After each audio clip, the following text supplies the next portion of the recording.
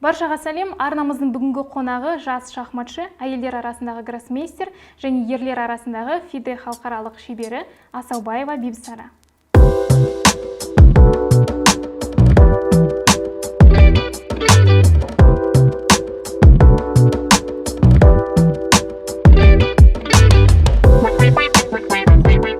Сәлем, Бибісара. Здравствуйте. Очень приятно вас видеть. Спасибо, что согласились на интервью. Мне тоже очень приятно, спасибо. Бибісара, вам 17 лет, и вы уже гроссмейстер. Почему шахматы? Шахматы я выбрала в 4 года и с тех пор занимаюсь ими.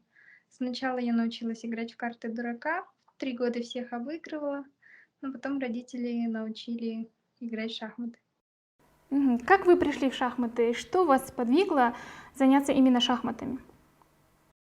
В 2008 году я увидела по телевизору, как Александра Костенюк стала чемпионкой мира, и я была маленькая и захотела такую же корону.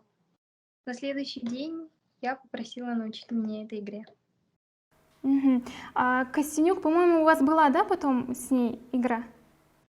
Да, мы с ней играли в интернете матч. Я проиграла со счетом 7-5. Это было в каком возрасте? Это было в 2019 году, мне было 15 лет. Это было совсем недавно. Нет, это было в 2020 году, я ошиблась. Это во время карантина появилось много онлайн-турниров, и тогда мы с ней сыграли матч. А во сколько лет состоялась ваша первая осознанная победа? Первая осознанная победа, наверное, была в 7 лет на чемпионате мира, сначала среди школьников в Польше. Я выиграла турнир с результатом 9 из 9 очков. И следующая победа в том же году среди девочек до 8 лет. В 7 лет вы стали самым молодым обладателем звания Fight Master, да? FIDE мастер. FIDE мастер, извините.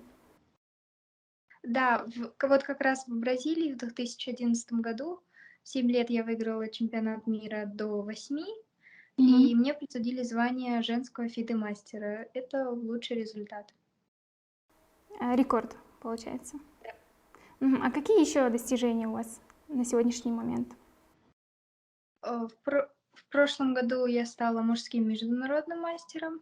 Это тоже один из лучших результатов. И недавно, в августе, выиграла чемпионат Азии среди женщин. А вообще, можете описать, в общем, как проходит ваш день?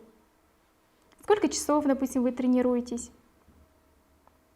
Я занимаюсь в среднем 6-8 часов в день. Вставать в одно и то же время, занятия, физическая подготовка, прогулки. А вот был ли такой момент, когда вам хотелось бросить шахматы и уйти в другой спорт? Все-таки заниматься по 6-8 часов это требует усидчивости, терпения, сил. Нет, бросить шахматы я не хотела. На усидчивость и терпение я не жалуюсь. Поэтому мне было не так уж и трудно. Но работать нужно действительно очень много.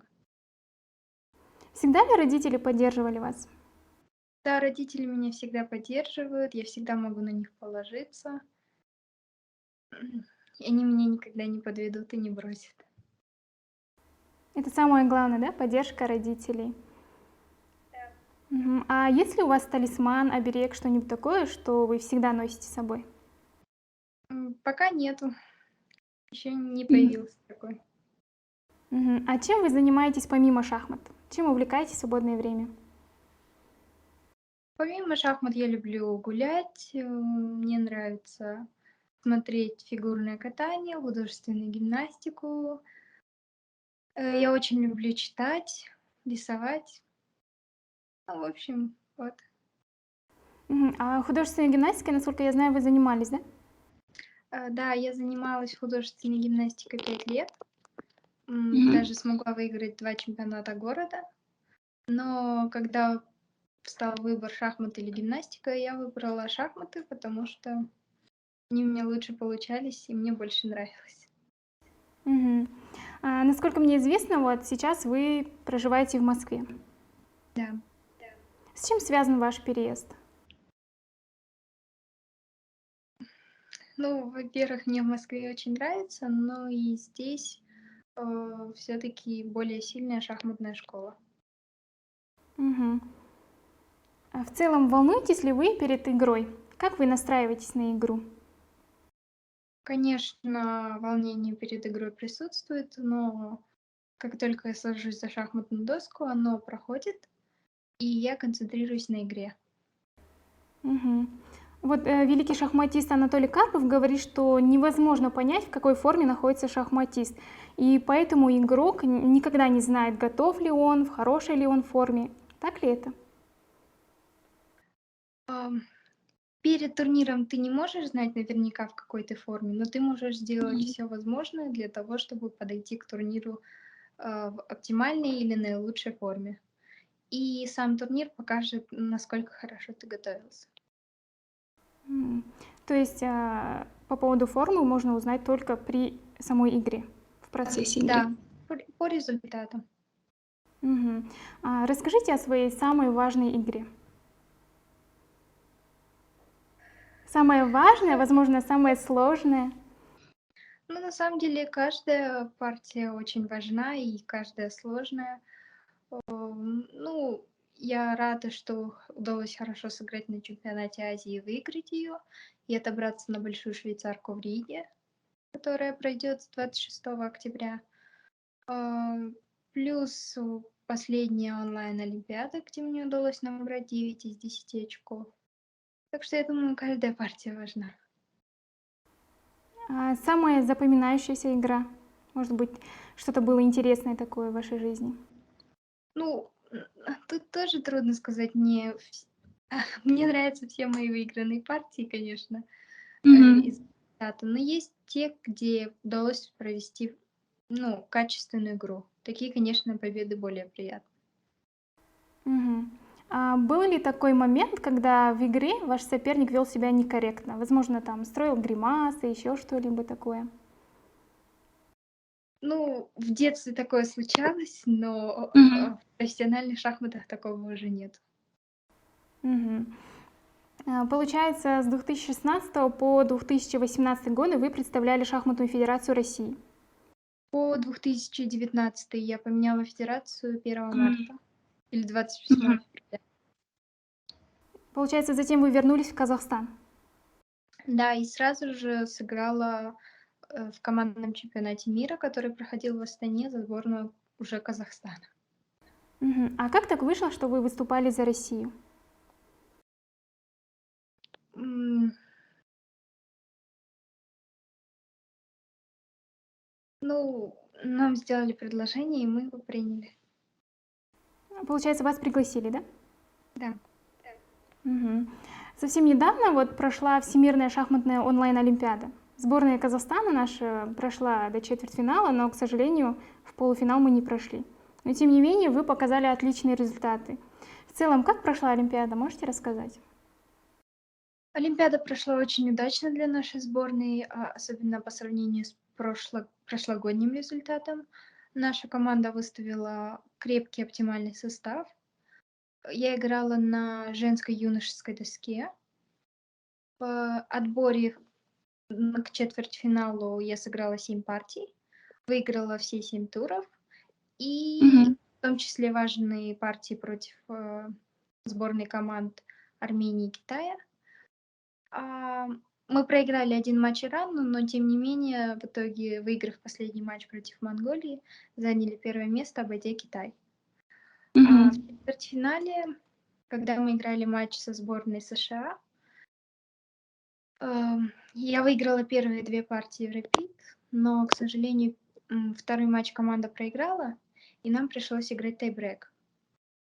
И из-за сильной разницы во времени, чем дальше играли американцы, им было легче. Например, они начали в 10 часов, а продолжили тайбрейк уже в час дня. А мы играли, чем больше мы играли, тем было позднее. С учетом Мгм. того, что я ложусь спать в 10-11 часов, играть в час ночи было непросто. И, к сожалению, в Блице мы проиграли. Мгм. Как вообще пережить проигрыш? Как с этим Нужно справляетесь? дать партию, понять ошибки и постараться их больше не совершать. Мгм. А каково играть в команде? Вот вы выступали за сборную Казахстана. Вы общаетесь с нашими девушками? С Жансойой Абдумалик, с Динарой Садвакасовой? Я люблю командные соревнования, это очень интересно. Сейчас проходит командный чемпионат мира в Испании. Я, к сожалению, не смогла поехать по состоянию здоровья. Ну, с девочками мы в ровных отношениях. То есть общаетесь, да? Ну, можно и так сказать. Просто мы наблюдаем вот за участниками, и участники других стран как-то выкладывали совместные сторисы, поддерживали друг друга, а вот у наших девочек, я не знаю, возможно, из-за того, что не особо ведут активно инстаграм-страницы, но такого мы не заметили. Вот поэтому я немножко так спросила по этому поводу. Ну, есть такое немного. Возможно, это в силу того, что вы тренируетесь в разных городах, живете в разных городах, и тренер, да, у вас получается разные тренера. Но тренера у всех разные, и, ну, я думаю, что, возможно, из-за конкуренции. Мгм. Как вы думаете, в Казахстане само государство поддерживает талантливых детей? М, Думаю, что да, поддерживает.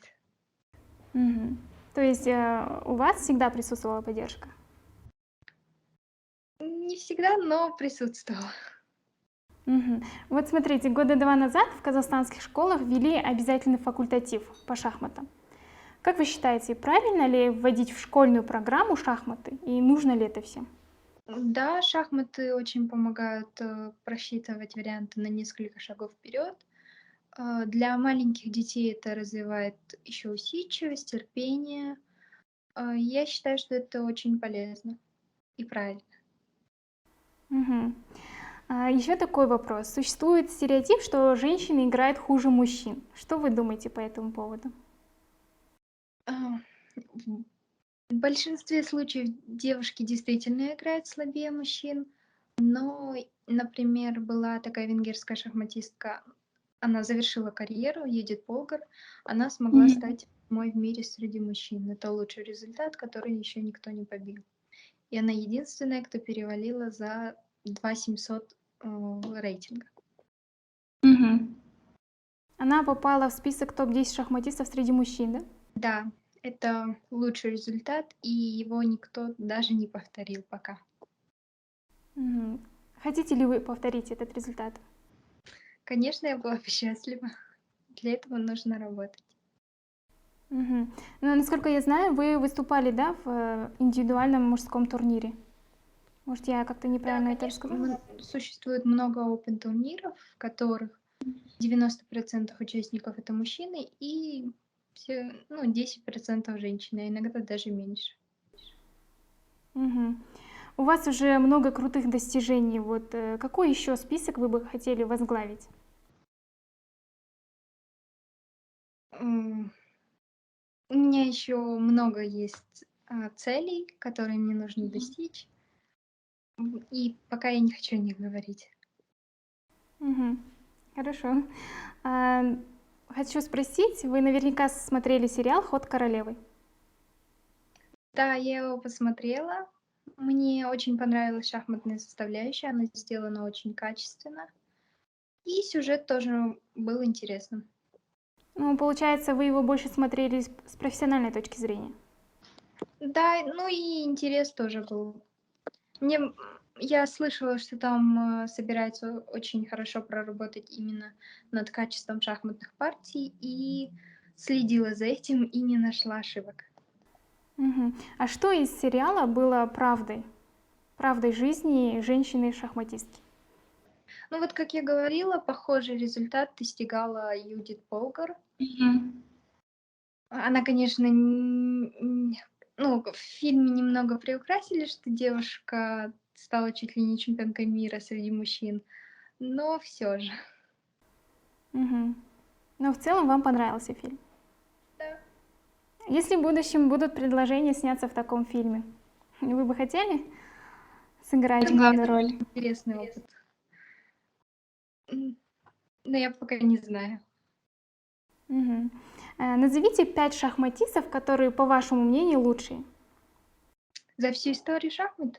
Можно за всю историю, можно отдельно топ-5, которые сейчас лидируют. Если за всю историю, то, наверное, Александр Алехин, 4-й чемпион мира. Михаил Таль, Мгм. гениальный тоже чемпион мира. Роберт Джеймс Фишер, 11-й американский чемпион мира. Гарри Каспаров Мгм. и действующий чемпион мира Магнус Карлсон. Мгм. Вот, допустим, я не играю в шахматы, но эти фамилии на слуху, поэтому я знаю вот Карлсона, Карпов, Фишер, Каспаров и Капабланка. Но я не знаю, это то, что я слышу. Да, конечно. Но они все очень сильные, просто Мгм. больше всего мне нравятся именно эти 5. Мгм. А какие 5 книг вы бы посоветовали начинающим шахматистам? Вы сказали, что вы любите читать. Можно не по шахматам, а что-нибудь из литературы. Если шахматную книгу, но она не совсем для начинающих, она скорее автобиографическая Гарри Каспарова «Мой шахматный путь» Притома. Я очень люблю эти книги, я их перечитывала много раз. Ну, конечно, есть и много других шахматных книг, которые мне нравятся. А не шахматных, ну, если честно, мне очень понравилась книга Сидни Шелдона «Если наступит завтра». Там еще был интересный эпизод с шахматной партией. Еще я просто очень много книг прочитала, и мне трудно выбрать какую-то одну. Хорошо. А кто ваш кумир? Это может быть кто-то не из мира шахмат.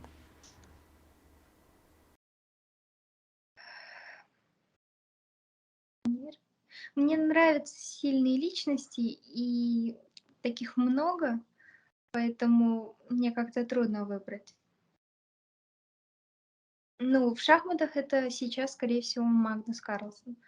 А не в шахмат... Ну, из других спортсменов, например, мне нравится двукратная олимпийская чемпионка по художественной гимнастике Евгения Канаева или олимпийская чемпионка по фигурному катанию Алина Загитова. Можно вопрос про личную жизнь? Какой? Есть ли у вас парень? Нет. А ухажеров в любом случае много. Ну, я пока на это стараюсь не отвлекаться. Ну, правильно. Что вы пожелаете самым юным шахматистам, которые только-только начинают свой путь?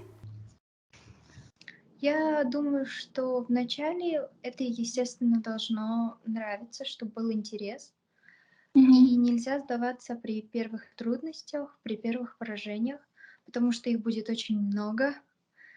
И нужно работать, много работать.